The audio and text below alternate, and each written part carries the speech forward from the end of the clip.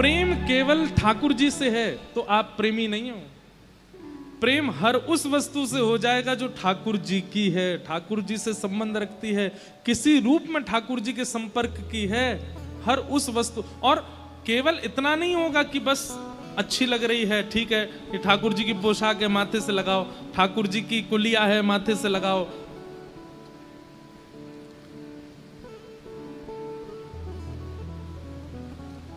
एक बात कहें,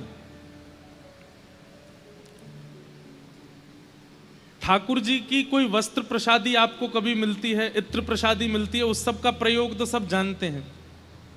पर जैसे हमारे श्री राधारमण जी की कभी कुलिया मिलती है प्रसाद में, और कुलिया तो लोग पा लेते हैं, और जो बाहर की जो कुलिया है, हमको कभी कभी बहुत कष्ट होता है उसको कहीं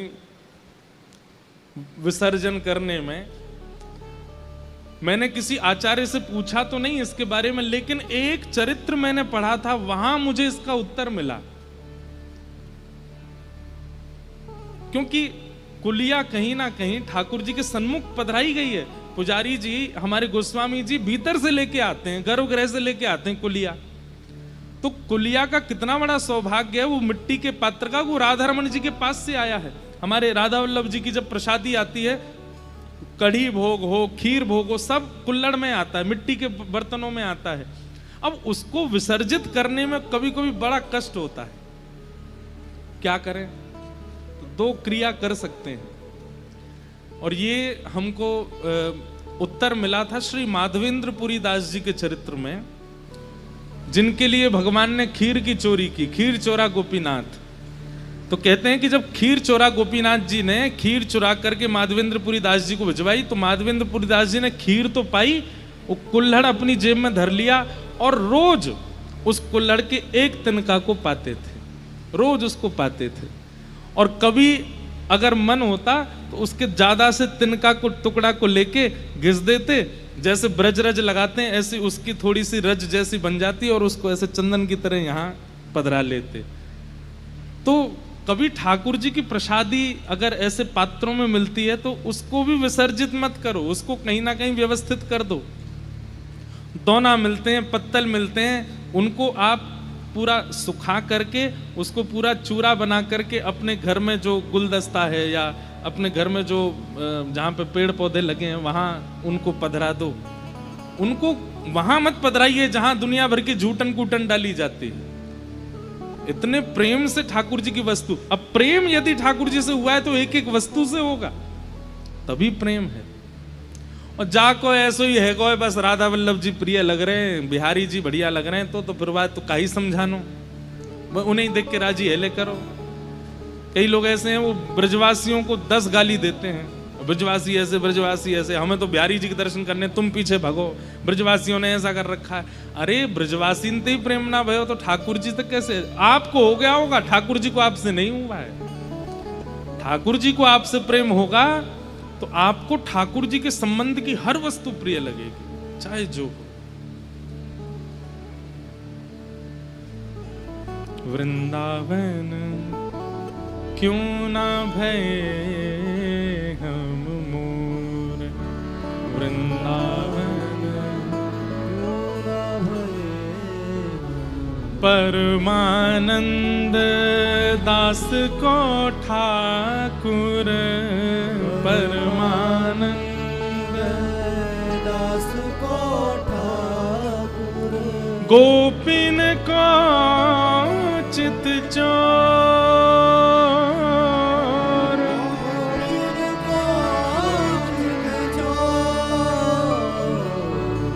वृंदावन क्यों ना भये हम मोर, वृंदावन क्यों ना भये।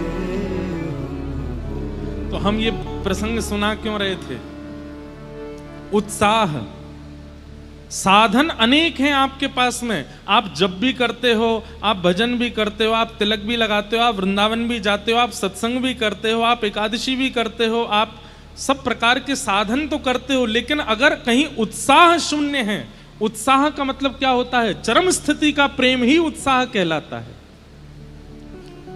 उत्साह की शून्यता यदि है तो साधन चाहे जितना भी कर लीजिए भगवत मिलन नहीं होगा, भगवत प्राप्ति नहीं हो पाएगी। और साधन भले ही बहुत ना हो, एक है, लेकिन वो एक भी परिपूर्ण उत्साह के साथ है तो एक साधन से ही ठाकुर जी मिल जाएंगे, बहुत साधन करने की आवश्यकता नहीं।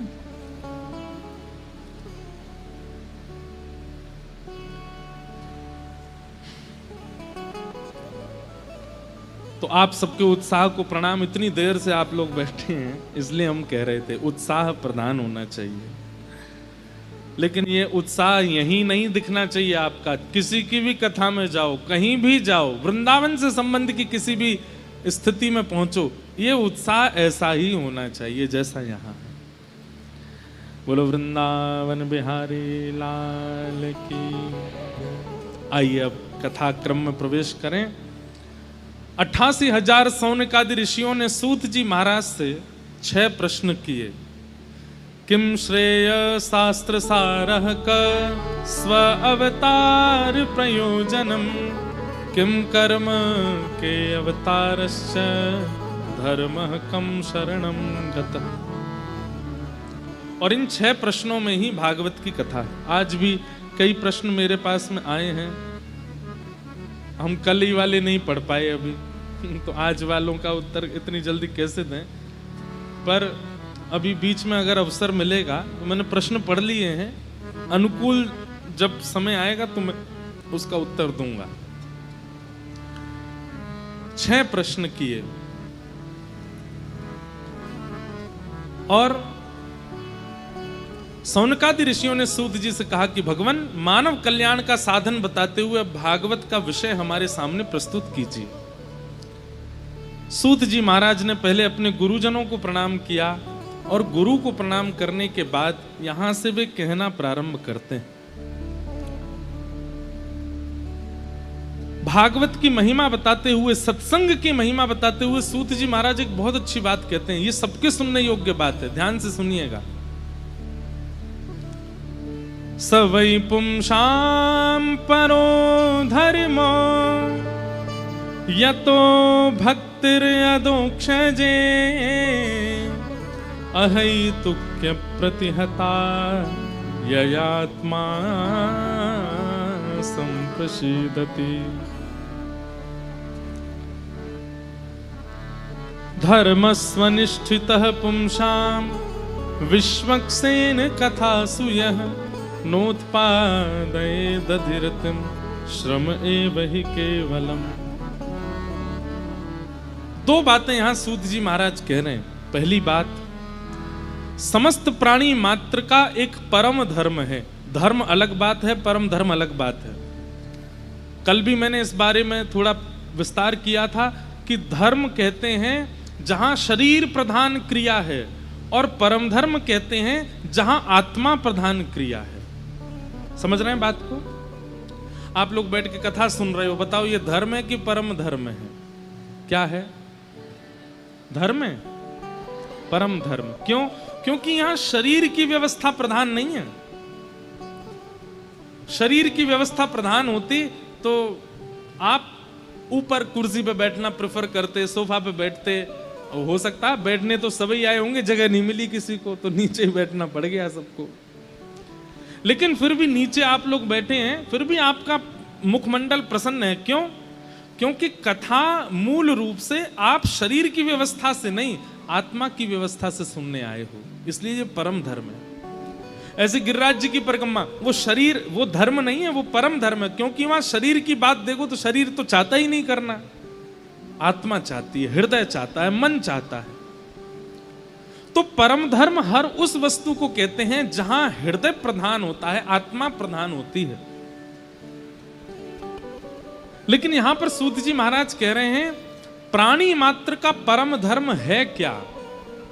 यतो भक्तिर अदोक्षजे। और कैसी भक्ति? बोले अहैतुकी। अहैतुकी भक्ति किसको कहते हैं? चाहे जो हो जाए आपकी भक्ति टूटे ना, चाहे जैसी स्थिति, जैसी परिस्थिति, जैसी व्यवस्था, जैसी अनुकूलता प्रतिकूलता ठाकुर जी प्रकट कर दें, लेकिन आपके हृदय का भाव ठाकुर जी से टूटे ना, उसे कहते हैं अहितुकी भक्ति। कई लोगों के साथ में ऐसा होता है कि अगर प्रतिकूल व्यवस्था हो जाती है, प्रतिकूल समय आ जाता है, तो वो ठाकुर जी की भक्ति छोड़ देते हैं। हाँ, तुम अच्छा कर कहाँ रहे हो हमारे साथ जो हम आपको भजें, सब बुराई बुरा कर रहे हो और फिर ऊपर से चाहते हो हम आपको भजें भी। ये अहेतुकी भक्ति नहीं। अहेतुकी भक्ति का तो तात्पर्य है, हे नाथ चाहे आप जो कर लो, हम आपके भाव को छोड़ने वाले नहीं हैं। जो ब्रज की गोपियों की है। श्री चैतन्य महाप्रभु ने शिक्षाष्टक गाया है, और अभी मैं खोल लेता हूं। शिक्षाष्टक में एक श्लोक चैतन्य महाप्रभु कहते हैं।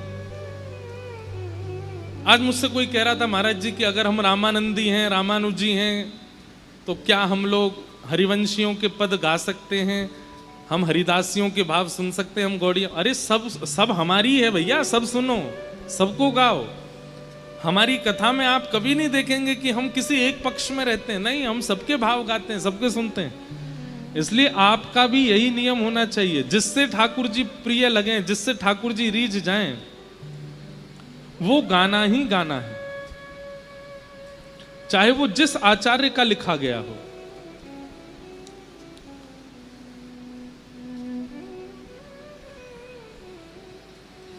तो शिक्षाष्टकम में एक गोपी भाव को प्रस्तुत करते हैं श्री चैतन्य महाप्रभु, और वहां आप निवेदन करते हुए कहते हैं कि हे नाथ,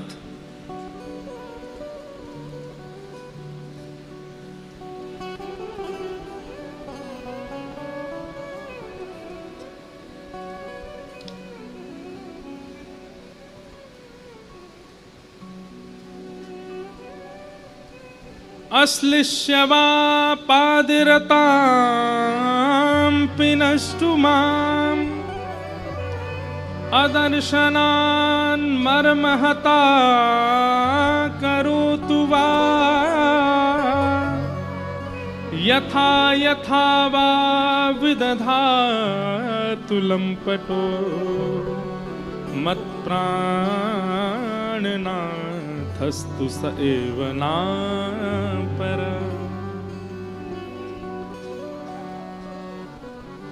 आश्लिष्यलस्य वा पादरतां पिनष्टु माम्।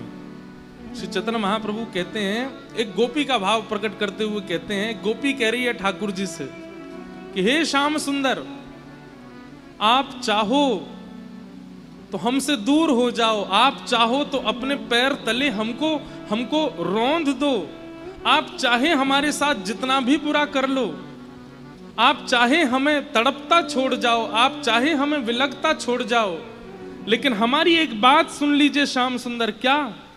मत प्राणनाथस्तु स एव नापर। मेरे प्राणनाथ आप ही रहोगे, आप ही रहोगे, आप ही रहोगे। मैं आपको छोड़ किसी और को भज नहीं सकता। आप चाहे मुझे अपाहिज कर दीजिए, चाहे परिवार को मुझसे दूर कर दीजिए, चाहे मेरे साथ जितना बुरा हो सके कर लीजिए। आप सोचें कि मैं बुरा करूंगा तो ये मुझे छोड़ देगा, ये मेरा पीछा छोड़ देगा, भूल जाइएगा इस बात को। आप चाहे जो कर लीजिए, हम आपको छोड़ने वाले नहीं हैं।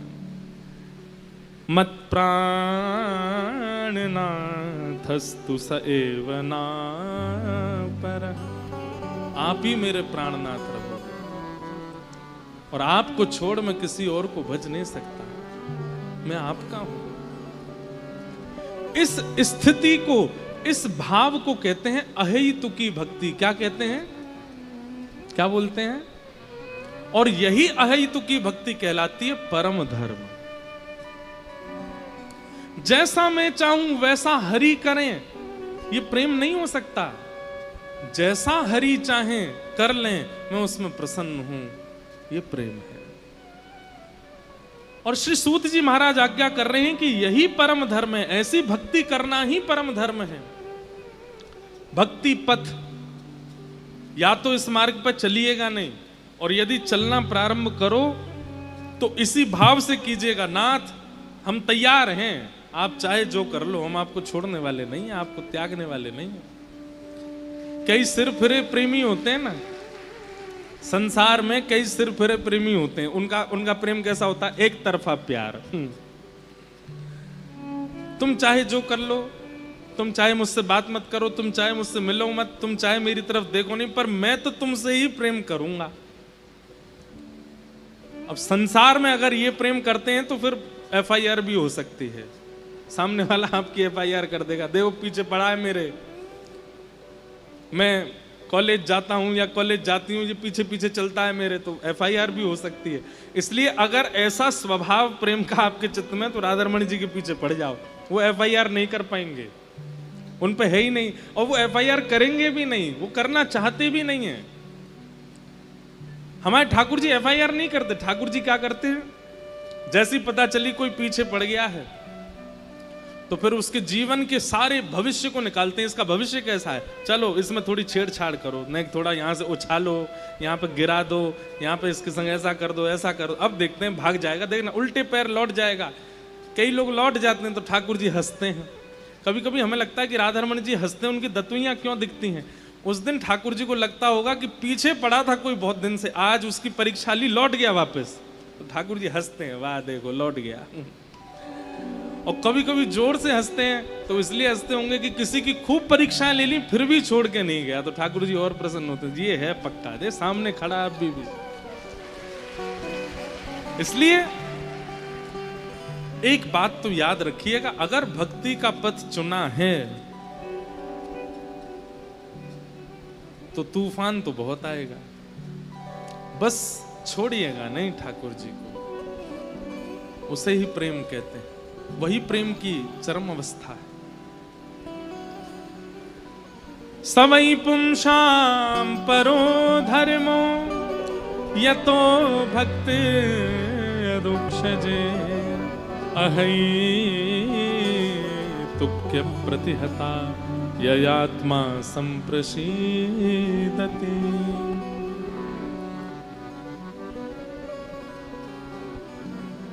जनाबाई की कथा सुनी आपने? महाराष्ट्र में एक परम भागवत हुई जनाबाई, उनकी कथा कई बार सुनाई है मैंने, लेकिन जनाबाई के साथ में ठाकुर जी ने कैसी लीला की सुनो। जनाबाई श्री नामदेव जी के घर पर रहती थी। नामदेव एक महाराष्ट्र के बहुत बड़े संत हुए, तो नामदेव जी के यहां रहती थी। पूरे दिन तो नामदेव जी के घर में सेवा करती थी। बहुत ध्यान से सुनिएगा सब लोग, इधर देख के सुनो। पूरे दिन तो नामदेव जी के यहां सेवा करती थी और शाम को नामदेव जी कीर्तन करते थे, और उस कीर्तन में असंख्य वैष्णव नृत्य करते थे, लेकिन एकमात्र जनाबाई को ठाकुर जी दिखाई देते थे। नामदेव जी जब कीर्तन करते तो ठाकुर जी नाचते हुए आते थे और खूब जोर से नाचते थे। कहते हैं श्री जनाबाई मंदिर नहीं जाती थी, तो नामदेव जी ने एक दिन टोका, ए जना तू मंदिर क्यों नहीं जाती? बोले मंदिर वो जाएं जिनको ठाकुर जी बाहर नहीं मिलते, मुझसे तो रोज मिलने आते हैं।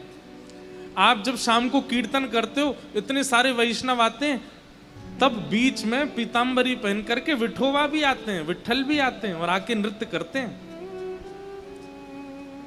तो सब लोग सोचते थे छोटी लाली है ऐसी बात बनाती है, लेकिन ये वास्तविकता थी। ठाकुर जी आते थे, रोज नाचते थे। एक बार एकादशी थी, बहुत भीड़ लगती है पंडरीनाथ भगवान के दर्शन की एकादशी के दिन। तो जनाबाई आज नामदेव जी से क्या बोली, आज एकादशी है, बोले तो और दिन से आज कीर्तन थोड़ा कम कीजिएगा। बोले क्यों? बोले आप कीर्तन करोगे, विठोबा आएंगे, वो सुबह से थके हुए हैं, और आप बहुत जोर जोर से कीर्तन करोगे तो वो नाचेंगे, और वो नाचेंगे तो पहले से थके हुए और थक जाएंगे। इसलिए मेरी प्रार्थना आज कीर्तन कम करना। तो सब लोग कहते, बोले अरे जना तू कैसी बात करती है, बल्कि आज तो एकादशी, आज तो और दिन से ज्यादा कीर्तन होगा। तो जनाबाई रोती थी, चरण पकड़ लेती थी, बोले मैं आपके हाथ जोड़ रही हूं, आज कीर्तन कम करना, नहीं तो विठोबा के पांव में दर्द हो जाएगा। लेकिन कौन माने, जब तरंग आती है कीर्तन में तो सब नाचते हैं, और जोर जोर से नृत्य होने लगा। इतने में ठाकुर जी आ गए। तो जनाबाई सबके पास जा जा करके बोले, मत नाचो, बैठो, आप नाचोगे तो विठोबा भी नाचेगा और उसके पांव में दर्द हो जाएगा, बैठो बैठो, सबको बैठाती। ठाकुर जी बोले, ए जना, तू सबको बैठा मत, नाचने दे। बोले, आपके पांव में दर्द हो जाएगा, आप थके हो सुबह से। तो ठाकुर जी कहते, तू चिंता मत कर, ये जब सब चले जाएंगे मैं तेरे से पांव दबाने आ जाऊंगा, तू मेरे पांव दबा लियो। तब भी जनाबाई कोने में बैठी बैठी रोती रहती। और जब खूब जोर से मृदंग बजती तो कान पे हाथ धर लेती। बोले, आज इतनी तेज मत बजाओ, वो देखो कितनी जोर से उछल रहे हैं विट्ठल। जब सब चले जाते, सब सो जाते, रोती रोती जनाबाई पुकारती, कब आओगे, मुझे पांव दबाना है। तेल लेकर के बैठती, घी लेके बैठती। फिर ठाकुर जी आते रात को, और रात में जैसे ही ठाकुर जी आते, जनाबाई की गोद में पांव धर देते, ले दबा ले। तो फिर जनाबाई ठाकुर जी के पांव दबाती, पांव में घी लगाती और फिर डांटती ठाकुर जी को, तुम मानते नहीं हो ना, मैं इतना मना करती हूँ आपको और उछल उछल के नाचते हो, इतनी जोर से नाचते हो। कुछ खाया आपने? ठाकुर जी बोले, हाँ पूरन पूली खाई। अच्छा, और कल क्या खाया था आपने? बोले, कल भी पूरन पूली खाई। और परसों क्या खाया? बोले, परसों भी पूरन पोली खाई। जनाबाई बोली, रोज पूरन पोली खाते हो? बोले, मंदिर में यही बनता है, रोज एक सा ही प्रसाद बनता है। तो जनाबाई बोली, मैं कुछ और बना के खिलाऊं? तो ठाकुर जी बोले, बनाओ। तो जनाबाई बनाने लगी। ठाकुर जी बैठे थे तो जनाबाई बोली, बैठने आए हो बस, मेरे छोटे छोटे हाथ हैं, मैं भी तो थक रही हूँ, चलो आओ मेरे साथ बनवाओ। तो ठाकुर जी सब्जी अमनिया कर रहे थे जनाबाई के साथ, ऐसी लीला करते। अब यहां क्या दिख रहा है आप लोगों को? अनुकूलता। ठाकुर जी अनुकूलता दे रहे हैं, लेकिन ऐसा हो ही नहीं सकता कि ठाकुर जी किसी को मिले और प्रतिकूलता ना आवे। एक दिन जनाबाई चक्की पीस रही थी, इतने में ठाकुर जी आ गए। और ठाकुर जी आकर के बोले, ए जना सुन। बोले, हाँ, तेरा मुझे पद बहुत अच्छा लगता है, तू पद बहुत अच्छा गाती, चल मुझे पद सुना दे। तो जनाबाई पद गा रही थी। अब पद तो मुझे याद नहीं, मराठी भाषा का पद है, लेकिन बहुत प्यारा पद है। तो ठाकुर जी, जनाबाई ऐसे चक्की चला रही है और पद गा रही है, और ठाकुर जी ऐसे हाथ की टेक लगा करके बढ़िया प्रेम से सुन रहे थे जनाबाई को। धीरे से बीच में ठाकुर जी उठे, बोले, ये चक्की पीसना बंद कर, इसकी घर घर आवाज आ रही है ना, तो मुझे तेरे स्वर सुनाई नहीं दे रहे, इसको मत पीसे। तो जनाबाई बोली, काम कैसे छोड़ दूंगी, काम तो पूरा करना पड़ेगा ना, और इतना ही तुमको सुनने का मन है, चलो हाथ लगाओ, तुम पीसो, मैं सुनाती हूँ। ठाकुर जी बोले, ठीक है मैं पीसता हूँ। ठाकुर जी पीसने बैठे चक्की। बोले, तू गा के सुना। सब लोग इधर देखो, विशेष रूप से वीवीआईपी वाले, आगे वाले, आप लोग ही बहुत डिस्टर्ब करते हो, इधर देखो। ठाकुर जी चक्की चला रहे हैं, जनाबाई गा रही है। अब गाते गाते जना क्या हुआ, ठाकुर जी इतने आभूषण पहन के गए थे, वो आभूषण चक्की से टकरा रहे थे, तो उनमें से आवाज आ रही थी। तो जनाबाई नहीं गा पा रही थी। तो जनाबाई बोली, मैंने चक्की छोड़ी तो क्या आप भी कम हल्ला नहीं कर रहे? इतना सारा गहना पहन के आते हो, छम छम छम छम आवाज करते हैं ये सब, इनको उतार दो। तो ठाकुर जी ने सारे गहने उतार करके वहीं धर दिए और प्रेम से चक्की पीसने लगे। जनाबाई गाने लगी। सुनते सुनते पद, इतने में ही मंगला के घंटे घड़ियाल बजने लगे मंदिर में। ठाकुर जी तुरंत उठे, अरे जना, मंगला का समय हो गया, मैं दौड़ के जाता हूं, मंदिर में पुजारी आ जाएंगे। और ठाकुर जी दौड़ करके गए और मंदिर में जाके ठाड़े हो गए। लेकिन रात में जो गहने पहने थे वो वहीं छोड़े आए जनाबाई के। कपाट जैसे सुबह खुले तो ठाकुर जी के श्री अंग पर एक भी गहना नहीं था।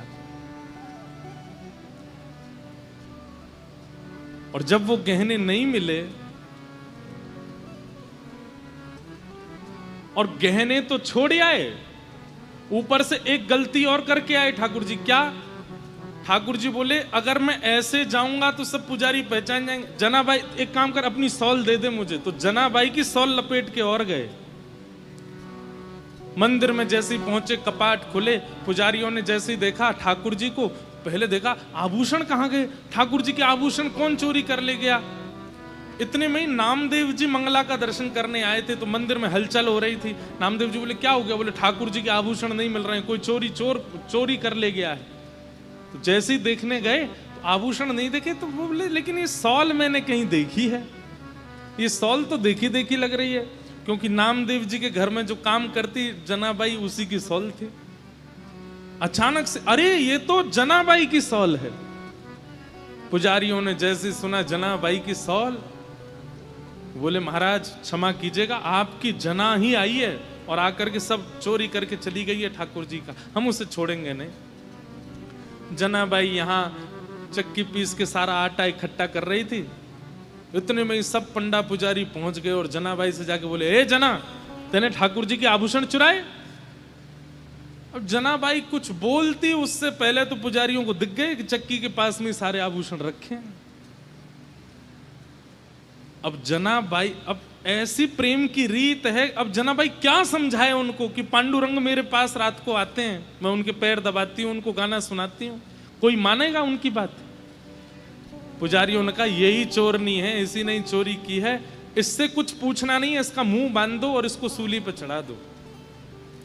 और यही किया, मुख बांध दिया, एक शब्द नहीं सुना उनका, और तभी सूली तैयार करके जनाबाई को चढ़ाने लगे।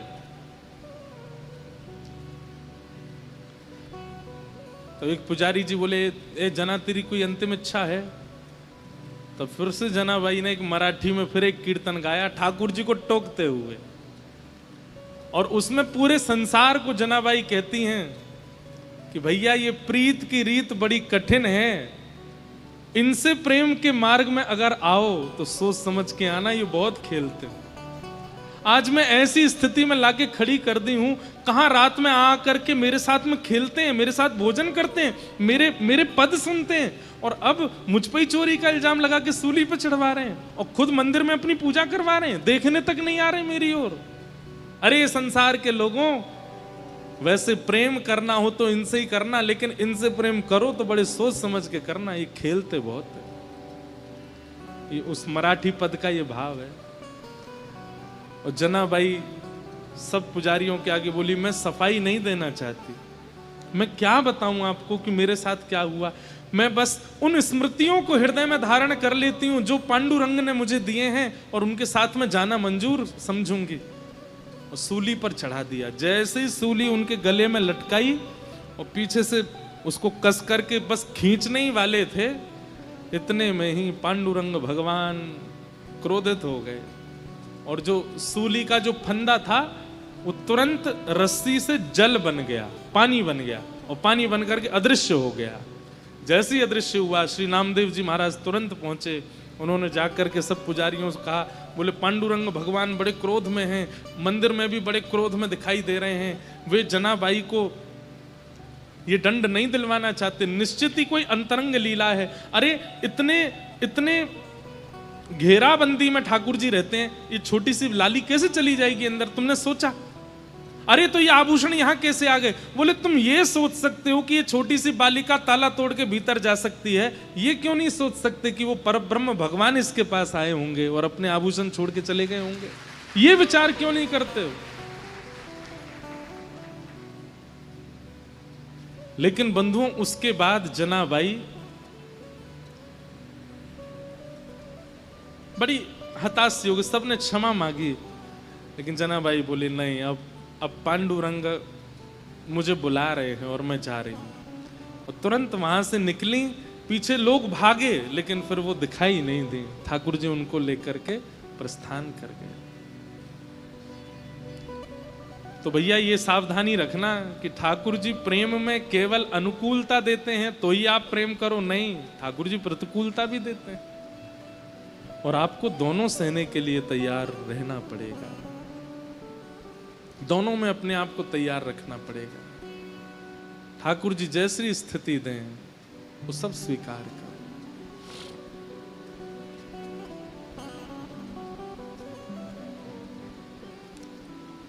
तो अहेतुक औत्सुक्य प्रतिहता ययात्मा संप्रशीदति। ठाकुर जी के प्रति अहेतुकी भक्ति, यानी कि किसी भी परिस्थिति में विच्छिन्न न होने वाली भक्ति को कहते हैं अहेतुकी भक्ति। चाहे जो हो जाए जीवन में, पर ठाकुर जी के प्रति जो प्रेम है, ठाकुर जी के प्रति जो भाव है, वो कभी टूटे ना, कभी छूटे ना। इसी को प्रेम कहते हैं। सूत जी महाराज कहते हैं कि धर्म स्वनिष्ठितः पुंसां विश्वक्सेन कथासु नोत्पादयेदधिरतिं श्रमेव हि केवलम्। बहुत अच्छी बात है। हमारे द्वारा किए गए व्रत, अनुष्ठान, नियम, उनको ठाकुर जी ने स्वीकार किया है, इसका प्रमाण क्या है? आप जो कुछ भी अपने जीवन में साधन करते हो, उस साधन को ठाकुर जी स्वीकार करते हैं, इसका प्रमाण क्या है? तब यहां सूत जी महाराज कह रहे हैं, जहां कहीं भी ठाकुर जी की मंगल कथा चल रही हो, वहां जाके बैठना और बैठ कर के अनुभव करना। यदि आपका मन लगे, यदि आपका सत्संग सुनने में भाव आने लगे, आपके नेत्र सजल होने लग जाएं और समय पूरा होने पर ऐसा लगने लगे अरे इतनी जल्दी समय पूर्ण क्यों हो गया, यदि ऐसी भावनाएं आपके चित्त में सत्संग सुनते सुनते प्रकट होने लग जाए, तो समझो ठाकुर जी आपसे प्रसन्न हैं। लेकिन सत्संग में जाकर के भी यही लग रहा है कि बस कब पूर्ण हो, कब चलें, कब जाएं, अब गर्मी लग रही है, कब निकलेंगे यहाँ से, बाहर प्रसाद क्या मिलेगा, क्या, इस प्रकार की भावना यदि आ रही हैं, तो समझो ठाकुर जी आपके साधन से प्रिय नहीं है, प्रसन्न। और ये मैं नहीं कह रहा हूँ, सूत जी कह रहे हैं। कई लोग कह सकते हैं आप कथा करते हो इसलिए बोल रहे हो। आप सत्संग में रति होना, सत्संग में रुचि होना, ये ठाकुर जी की प्रसन्नता का एक प्रमाण है कि ठाकुर जी आपसे प्रसन्न हैं। आज रविवार है, कल सोमवार है, कल ठाकुर जी का जन्मोत्सव है कथा में। अब कथा सुनने के लिए कई लोग मैंने देखे, कोई झूठ बोल करके आए हैं, कोई भाग के आए हैं, कोई कैसे आए हैं, कोई टेम्पो पकड़ के आए हैं, कोई कहीं से आए हैं, बस जैसे भी पहुंचना है, कथा सुननी है। क्यों? अच्छी लगती है, मन में भाव आता है, प्रिय लगता है। ये समझो इस प्रकार के लोग जो हैं, उनसे ठाकुर जी प्रसन्न है। बगल में ही घर है, 10 कदम पे घर है, फिर भी सोच रहे हैं कथा तो 7 दिन होनी है, एक दिन चले जाएंगे। इस प्रकार की भावना है आपके चित्त में, तो ठाकुर जी प्रसन्न नहीं है, प्रिय नहीं है। सत्संग की बात सुनते ही मन ऐसा होने लगे कि नहीं नहीं, मुझे जाना ही है, मुझे श्रवण करना ही है। ऐसी प्रीति सत्संग के प्रति होना। हम कह रहे हैं यहां आकर के सुनना, इसी को ही मत मानो। YouTube पे सबके यहाँ कथा आती है, तो जैसी पता अभी कथा चल रही है कहीं पे, या महाराज जी का कोई प्रवचन आ रहा है, हमें वो सुनना है, आज महाराज जी क्या बोले हैं, आज क्या भाव कहा, और उसको सुनने के लिए अलग जाके बैठे, तुरंत कान में लगाया, सुनने लगे। इस प्रकार उसके लिए जब आप व्याकुल होते हो, सत्संग के प्रति होने वाली व्याकुलता इस बात का प्रमाण है कि ठाकुर जी आपसे प्रसन्न हैं। इसीलिए ठाकुर जी प्रसन्न होकर के अपनी कथा प्रदान करते हैं। कई लोगों को दर्शन में रुचि होती है, प्रसाद में रुचि होती है, लेकिन कथा में रुचि नहीं होती। कथा में रुचि ना होना इस बात का प्रमाण है कि ठाकुर जी आपसे प्रसन्न नहीं है। श्री प्रहलाद जी महाराज जब नवदा भक्ति का वर्णन करते हैं तो सबसे पहले नाम लेते हैं, 9 भक्तियों में सबसे पहली भक्ति क्या है? श्रवणम कीर्तनम विष्णु स्मरणम पाद सेवनम अर्चनम वंदनम दास्यम सख्य आत्मनिवेदनम।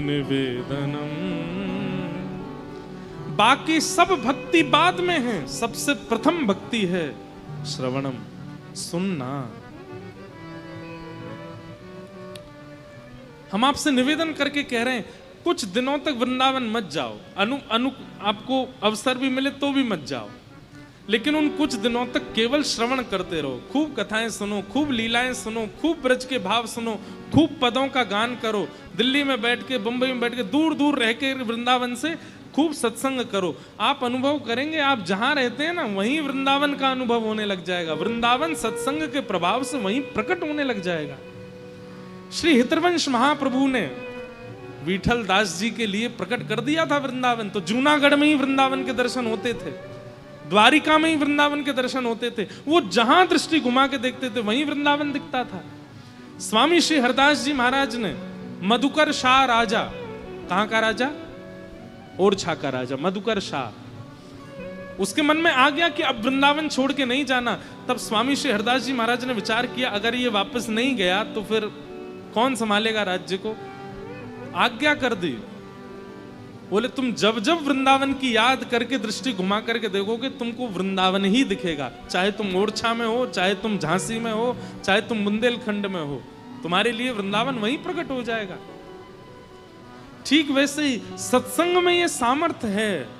आप जहां रहते हैं आप केवल सत्संग भाव में रहिए, करते रहिए, श्रवण करते रहिए। करते करते श्रवण ऐसा होगा, मन इतना पवित्र हो जाएगा, शुद्ध हो जाएगा विचार, कि जब नेत्र खोल करके देखेंगे तो ये अनुभव ही नहीं होगा कि आप दिल्ली में हैं। ऐसा लगेगा कि यही तो वृंदावन है, यही तो श्री धाम है। ये सत्संग का प्रभाव है। इसलिए कहते हैं सत्संग में रुचि होना ठाकुर जी की प्रसन्नता का प्रतीक है।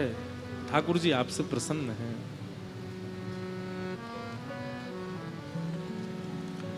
सूत जी महाराज इस प्रकार सब भाव बता रहे हैं और कहते हैं अब मैं तुम्हें भागवत की रचना का विषय बताता हूं।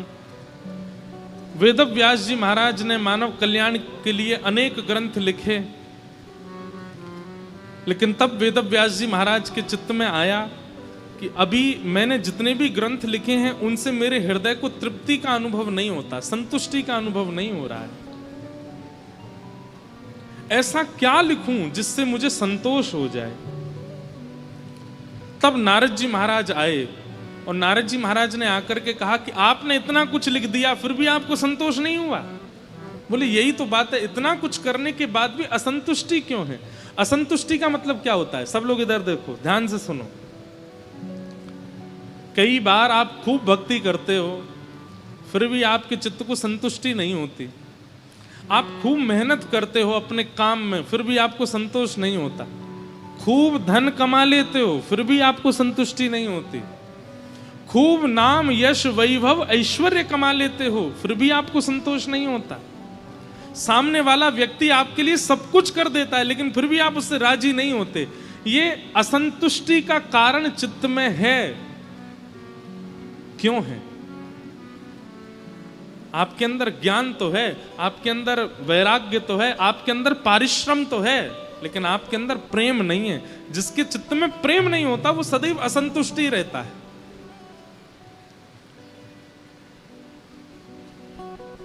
प्रेम विहीन व्यक्ति, उसको कभी संतुष्टि नहीं होती। और प्रेमी व्यक्ति कैसा होता है? प्रेमी व्यक्ति कैसा होता है? उसको पीले कपड़े पहना दो उसमें राजी, उसको सफेद पहना दो उसमें राजी, उसको फर्श पर गद्दा लगा के दे दो उस पर सो जाएगा, उसको बिस्तर पर सुला दो वहां सो जाएगा,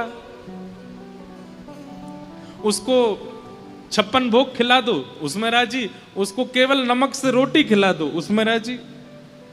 ये सब में राजी होने वाला व्यक्ति, सब प्रकार की स्थिति में समत्व को प्राप्त करने वाला व्यक्ति, हम आपको दावे से हस्ताक्षर करके कह सकते हैं वो प्रेमी है, उसके चित्त में प्रेम है। और ऐसे जो लोग होते हैं ना जो हर स्थिति में रह लेते हैं, आप देखो वो प्रसन्न नहीं रहते हैं, उनके मुखमंडल पर एक अद्भुत प्रसन्नता ही रहती है। लेकिन जिनका माथा सुकड़ा रहता है, ये होठ कभी खिलते नहीं हैं, नेत्र कभी प्रसन्न होते नहीं हैं, ऐसे लोगों को दाल कैसी बनी है? बढ़िया बनी है, हींग की कमी है। अरे भाई हींग कौन पता करता है कि हींग है कि नहीं? कई लोग ऐसे देखे उनको ये पता चल जाता है कि इसमें हींग नहीं पड़ी है। मुझे आज तक अनुभव ही नहीं हुआ कि हींग का स्वाद होता कैसा है। ठीक है, नमक का तो पता चल जाता है, नींबू का भी पता चल जाता है, मिर्च का तो भाई ज्यादा होगी तो पता चल ही जाएगा। पर हींग का पता चल जाता है, जीरा का पता चल जाता है, और ऐसे ऐसे पता नहीं क्या क्या वो होते हैं मसाले, उनका उनको पता चल जाता है।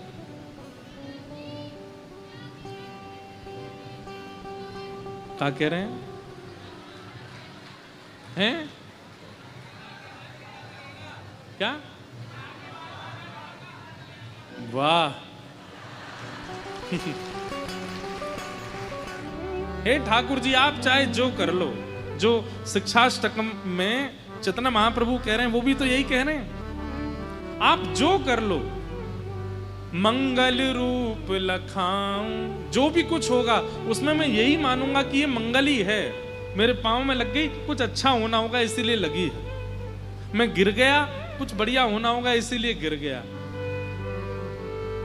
अब हम तो बस पैर में लगना और गिरना ही बोल सकते मंच से, लेकिन इससे भी ऊपर कुछ हो जाए तो भी यही मानना कि ठाकुर जी कुछ अच्छा ही सोचा होगा आपने। सूरदास जी, नेत्र नहीं थे उनके पास।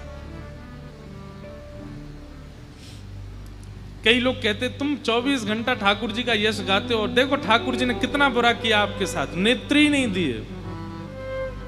सूरदास जी हंस गए और हंस करके बोले, मेरा बहुत बड़ा भाग्य है कि ठाकुर जी ने मुझे नेत्र नहीं दिए। बोले, इसको भाग्य क्यों मानते हो? बोले, भैया कुछ लोग संसार की सुंदरता में फंस गए क्योंकि वो सुंदरता देख सकते हैं। कुछ लोग धन में फंस गए क्योंकि वो धन देख सकते हैं। कुछ लोग व्यसनों में पड़ गए, क्यों? क्योंकि वो व्यसन देख सकते हैं। कोई पुरुष में पड़ गया, कोई स्त्री में पड़ गया, कोई बच्चों में पड़ गया। ये मोह ममता सारे दोषों का प्रादुर्भाव ही नेत्रों से होता है। जैसा दिखता है वैसा भाव प्रकट होता है। पर ठाकुर जी ने मुझे किसी में नहीं फंसाया, इसलिए मुझे नेत्र ही नहीं दिए। मैं किसी में नहीं फंसता।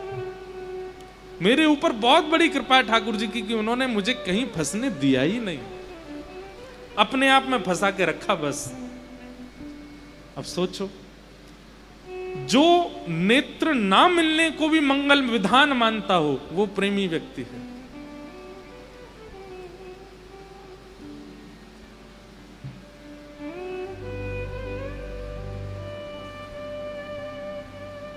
पचास साल की उम्र हो गई, ब्याह नहीं हुआ अभी तक, और इस बात से अगर वो व्यक्ति दुखी है, मेरा ब्याह नहीं हुआ, प्रयास तो बहुत किया घर वालों ने लेकिन ब्याह नहीं हुआ। नहीं, जिनके ब्याह हो गए हैं वो तुमको बहुत अच्छा मान रहे हैं बेचारे। जिनके ब्याह हो गए हैं ना, वो जब कुंवारों को देखते हैं तो उन्होंने कितने अच्छे हैं, ये इनका जीवन कितना बढ़िया है, कितने प्रसन्न हैं, कितने खुश हैं। और जिनका ब्याह हो गया वो ये पूरी योजना बनाते हैं कि ये जो कुंवारे हैं, ये कुंवारे बैठे क्यों हैं, इनका भी कराओ, इनको भी तो पता चले कि ब्याह का लड्डू कितना मीठा। हम केवल पुरुषों के पक्ष में नहीं बोल रहे, माताएं बहनें भी सोचती हैं भैया ब्याह नहीं हुआ, बढ़िया है, लेकिन घर वालों से वही जाके कह भी देंगे कि इसका ब्याह करा दो जल्दी, ये हमको अकेली बेटी अच्छी लग नहीं रही है, इसका कराओ जल्दी ब्याह। ठाकुर जी कई लोगों को योग्यता देते हैं तो हमको लगता है कि योग्यता मिलना ही जीवन का सार है, पर नहीं। कई बार ठाकुर जी कई चीजों से हमको वंचित रखते हैं, तो इसमें भी कृपा मानिए कि ठाकुर जी ने आपको उससे दूर रखा, उससे वंचित रखा।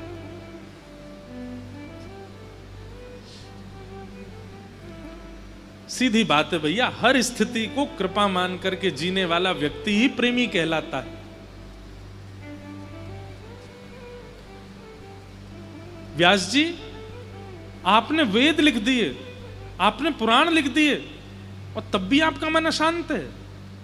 इसका मतलब आपने सारे ग्रंथों में, सारे वेद पुराणों में केवल ज्ञान, वैराग्य और भक्ति और बाकी सब विषयों को प्रधानता दी है। चतुर्विध पुरुषार्थ, धर्म, अर्थ, काम, मोक्ष की प्रधानता रखी है। आपने पंचम पुरुषार्थ प्रेम को प्रधानता नहीं दी, इसलिए आपका चित्त अशांत है। प्रेम को प्रधानता दो। आपने ग्रंथों में श्री कृष्ण को भगवान के रूप में दिखाया, ज्ञानी के रूप में दिखाया, राम जी को मर्यादा पुरुषोत्तम के रूप में दिखाया। एक ग्रंथ में इन राम कृष्ण को प्रेमी के रूप में दिखाओ, तब आपके हृदय को शांति मिलेगी। ठाकुर जी बलशाली हैं। अब जैसे उस दिन हम नरसिम्हा पिक्चर देख रहे थे ना, तो जब नरसिंह भगवान प्रकट होते हैं तो उसमें ऐसा बढ़िया दिखाया कैसे न्यों न्यों कूदते हैं नरसिंह भगवान। उस समय मेरे मन में बार बार आ रही थी, क्या बात है बंसी वारे, शाबाश है। उस दिन निकल रही थी। और जैसी पिक्चर पूरी हुई, जितने लोग वहां थे वो साक्षी हैं, मैंने एक ही पद गाया, बड़े बड़े असुरन को मारो, बड़े बड़े असुरन को मारो, नाग कालिया पकड़ पछाड़ो, नाग कालिया पकड़ पछाड़ो, ऐसो बलि तो खेलन में ग्वालन सो पिट जाए, हाँ ऐसो बलि तो खेलन में ग्वालन सो पिट जाए, हो ऐसो, हो ऐसो, हो ऐसो चटक मटक सो ठाकुर, तीनों लोकन में नाय, ऐसो चटक मटक सो ठाकुर, तीनों लोकन। वाह, बैठ जाओ बैठ जाओ बैठ जाओ बैठ जाओ। आप लोग भी गाना, अब ये 6 तारीख को देखने जाएंगे हम, फिर से चलना हमारे साथ, तब गाएंगे सबरे। जैसे ही नरसिंह भगवान प्रकट होंगे, युद्ध उद्ध है जाएगा, हिरण्यकश्यप मारो, फिर गाएंगे। एक पंक्ति और है ना, कैसे है, सब देवता इनको पूजते हैं, कैसे है वो,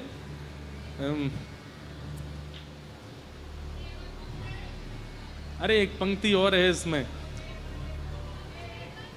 ब्रह्मा मोह कियो पछतायो, ब्रह्मा मोह कियो पछतायो, फिर अगली, मान इंद्र को, ऐसे है ना, बताओ रोज गाते हैं, भूल गए हैं?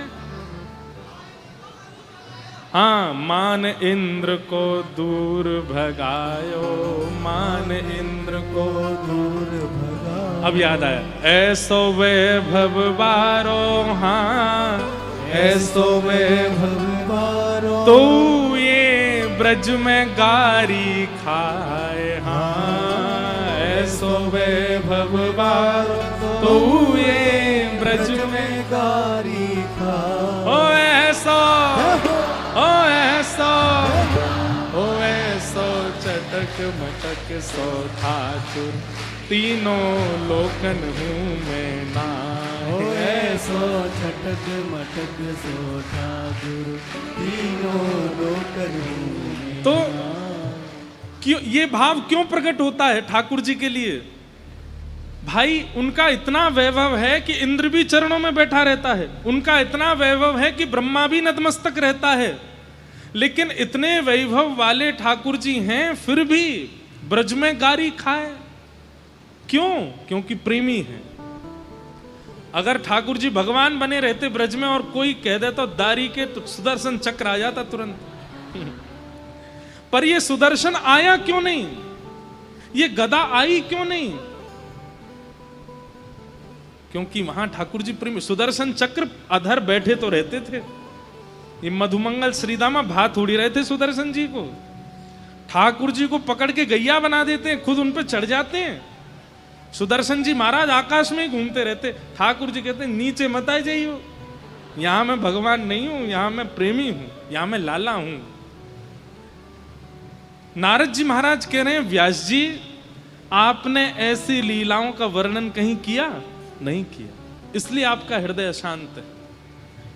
आपने परब्रह्म को परब्रह्म रूप में दिखाया है, भगवान रूप में दिखाया है, इष्ट रूप में दिखाया है, महाअवतारी रूप में दिखाया है। उनको जब तक आप प्रेमी रूप में वर्णन नहीं करोगे तब तक आपके हृदय को शांति नहीं मिलने वाली है।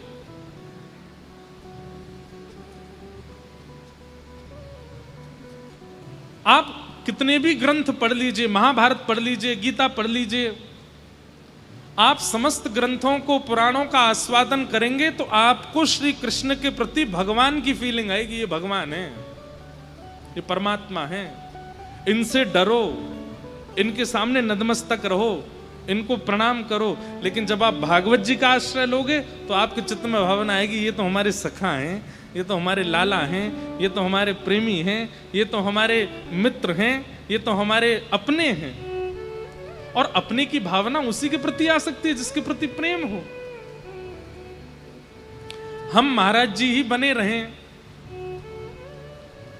महाराज जी जैसे 100 लक्षण लेके चलें, चवर डुराते रहो, अगल बगल में छत्र लेकर के चलो संग में, तो निश्चित है कि हमसे कई युवा बालक बिल्कुल मित्र भाव से खेलते हैं, कूदते हैं, आनंद करते हैं, ऊधम मचाते हैं। वो करेंगे नहीं, वो ये तो महाराज जी हैं, इनसे दूर ही रहो। लेकिन जब उन्हें दिखता है कि नहीं ये खेल भी रहे हैं हमारे संग, डोल भी रहे हैं हमारे संग, आनंद भी कर रहे हैं, गा भी रहे हैं, तो फिर प्रेम मित्रता में परिवर्तित हो जाती है। वही महाराज जी मित्र जैसे लगने लगते हैं। प्रेम एक ऐसा स्वभाव है जो व्यक्ति को आपके समीप लाता है। अगर आप अपने ज्ञान को प्रधानता देते हैं तो व्यक्ति में आपके प्रति सम्मान बढ़ेगा। आप वैराग्य को प्रधानता देते हैं अपने स्वभाव में तो सामने वाले व्यक्ति में आपके प्रति आस्था बढ़ेगी। लेकिन आप यदि प्रेमी बन जाओगे तो सामने वाले व्यक्ति में आपके प्रति निजता आवेगी, समीपता आवेगी। हे व्यास जी, और प्रेमी, जब व्यक्ति प्रेमी हो जाता है ना चित्त से, फिर प्रेमी व्यक्ति का एक और लक्षण है, वो अपने सारे सद्गुणों को गूढ़ कर लेता है, छुपा लेता है। उसको गाना भी आता है लेकिन वो आपके सामने ऐसा प्रस्तुत करेगा, नहीं तुम ही गाओ, हम पे क्या आता है। उसको नाचना भी आता है लेकिन वो आपको ही नचाएगा। उसको भोजन बनाना भी आता है लेकिन वो आपकी ही प्रशंसा करेगा। उसको संस्कृत बोलना भी आता है लेकिन वो आपके सामने ऐसा दिखाएगा, नहीं मुझे तो नहीं, आप सब जानते हो महाराज, मैं क्या जानूं। ये प्रेमी व्यक्ति का लक्षण है। वो अत्यंत गुणवान होते हुए भी गुण छुपाता है। और सही सबसे बड़ी बात है भैया, प्रेमी ठाकुर जी को प्रिय है। नारद जी कह रहे हैं, व्यास जी धर्म अर्थ काम मोक्ष ज्ञान वैराग्य सबको प्रधानता आपने दे दी है,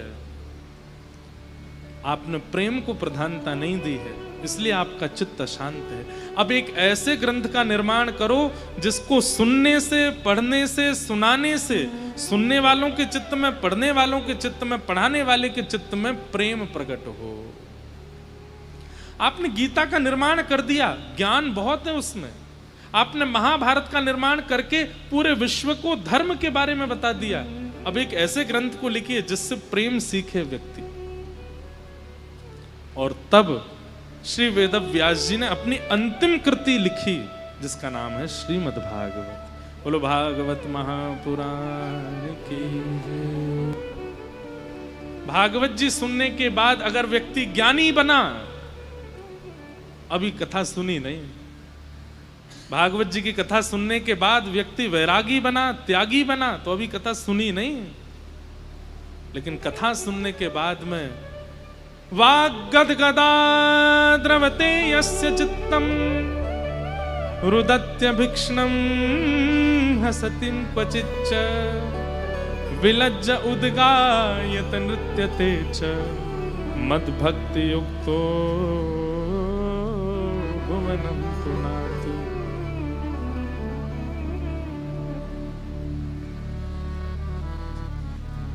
प्रेमी, इसलिए कथा सुनने के पीछे, भागवत कथा सुनने के पीछे एक ही उद्देश्य लेकर के बैठा कीजिए।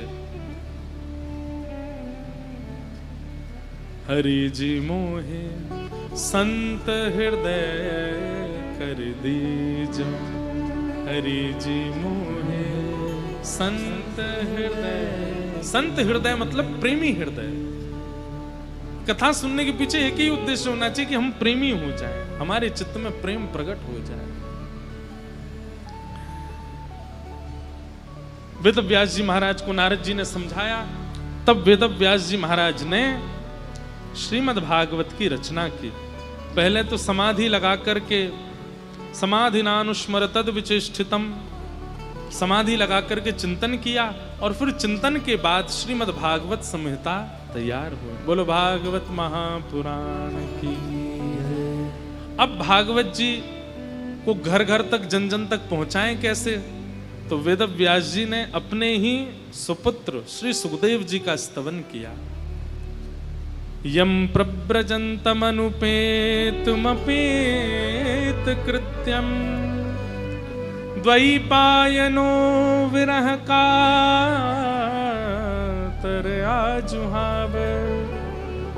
पुत्रेति तन्मयतया तरवोभिनेदु तम सर्वभूत हृदयं मुनिमानतोस्मि। श्री सुखदेव जी महाराज जो जन्म लेते ही वन को चले गए थे, वेद व्यास जी महाराज ने कुछ शिष्यों को भागवत के श्लोक याद कराए, नए नए ग्रंथ के श्लोक याद कराए और कहा जाओ इन ग्रंथ के श्लोकों को वन में जाकर के बोलना, और कोई अगर ब्रह्मचारी आकर के कहे कि और सुनाओ तो उसको लेके मेरे पास आना। बालकों ने श्लोक जाकर के वन में गाने शुरू किए, तभी श्री सुखदेव जी महाराज की समाधि टूट गई और दौड़ करके उन बालकों के पास आए, भैया तुम जो ये श्लोक गा रहे हो, और इस श्लोक में भी पता कौन सा श्लोक गा रहे थे, वरहा पीडम नटवर वपु कर्णयो कर्णकारम विभ्रदवासः कनक कपिसं वैजयन्तीं च मालां रन्ध्रान् वेणोवधर सुधया पूरयन् गोपवृन्दै वृन्दारण्यं स्वपदरमणं प्राविशद् गीतकीर्ति। आज एक दीक्षा क्रम हुआ था सुबह, तो एक लाली ने वेणुगीत पर प्रवचन हुआ था कुछ दिन पहले जयपुर में, 3 दिन का प्रवचन, वो पूरा वेणुगीत लिख करके दिया। बोल महाराज जी आज वेणुगीत थोड़ा सा कहना, अब अपने आप ही श्लोक आ गया वेणुगीत का, वरहा पीडम नटवर वपु कर्णयो कर्णकारम। कैसी झांकी है ठाकुर जी की।